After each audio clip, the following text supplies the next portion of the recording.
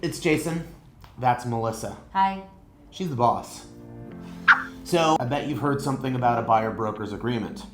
And it's the result of the National Association of Realtors lawsuit. We have this new agreement. Now when a buyer wants to start looking for property, they have to enter a contract with their agent, negotiate the compensation being paid to the broker for their representation. The good thing is that when that buyer goes to make an offer, you can negotiate at that time for the seller to cover the cost that they've agreed to.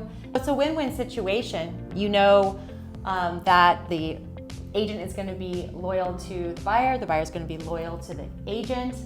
Everything is in writing.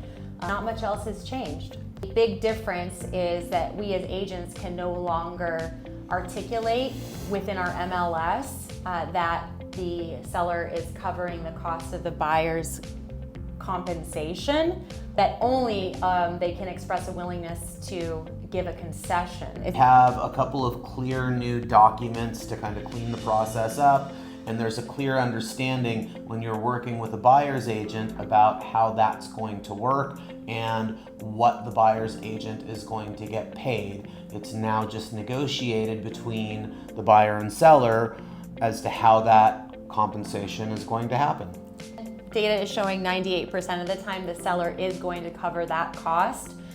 It is in their best interest that a buyer work with a seasoned realtor. Everyone has the same goal of getting to the finish line and closing the transaction with as few headaches and hassles as possible. So sellers tend to know that it is in their best interest that a buyer be well represented.